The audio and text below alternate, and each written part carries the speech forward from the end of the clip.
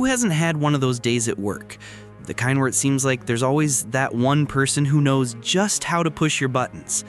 That coworker who complicates what was simple, who constantly complains, or who always seems to be going against the flow. You feel like fixing it right away, right? Solving the situation? But what if a story told 2,000 years ago held a surprisingly relevant insight for moments like this?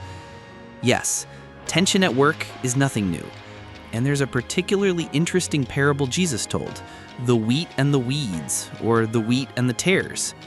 The story goes something like this. A farmer sows good wheat seeds in his field. But at night, an enemy sneaks in and sows weeds, a plant that looks very similar to wheat as it grows, among the crop. When the plant starts sprouting, the workers notice the weeds mixed in and run to the master. Shall we pull the weeds out right now? And here comes the response that makes you pause and think. The master says, no, because while you're pulling the weeds, you might uproot the good wheat with them. Let them both grow together until the harvest. At that time, I will tell the harvesters to gather the weeds first, to burn them, and then collect the wheat into my barn. Wait, let the problem grow alongside the solution? In our modern work life, that sounds almost the opposite of what we do. We want efficiency. We want to solve things now. So what can this instruction from the farmer teach us about dealing with the weeds, the difficult people in our work environment? Maybe the first clue is this. Instead of pouring all your energy into the weeds, focus on being the best wheat you can be. So often we waste time and strength complaining about that difficult person, monitoring their every mistake, trying to fix them, and meanwhile our own performance declines. Our energy drains. What if the wiser path is to focus on your delivery, your professionalism, your personal growth? Let your wheat grow so strong and healthy that the weed beside you loses its power or negative influence. Where have you been putting your energy lately?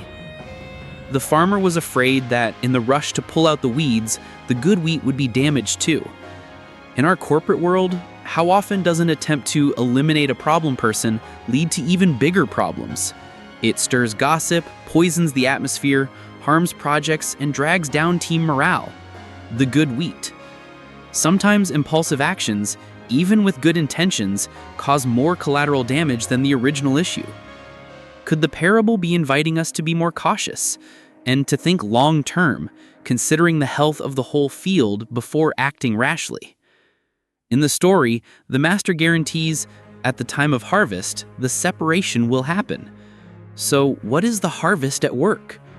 It could be performance reviews, long-term results, natural reorgs, or even leadership making decisions after observing patterns. The parable seems to suggest a trust in the process, a belief that in due time, things will become clear. The good and productive, like the wheat, will be recognized and preserved, while what's harmful, like the weeds, will be addressed. This isn't about being passive, but about relieving ourselves of the pressure to be the instant hero while we stay focused on doing our part well. So maybe the biggest surprise in this parable is its invitation to strategic patience. Rather than confrontation or immediate elimination, it suggests focusing on personal growth, avoiding greater harm through rash decisions, and trusting that time and process, whatever that looks like in your context, will bring resolution and clarity. Is it easy? Definitely not. It requires maturity, emotional control, but it could be a surprisingly wise and possibly more effective long-term path. And what about you?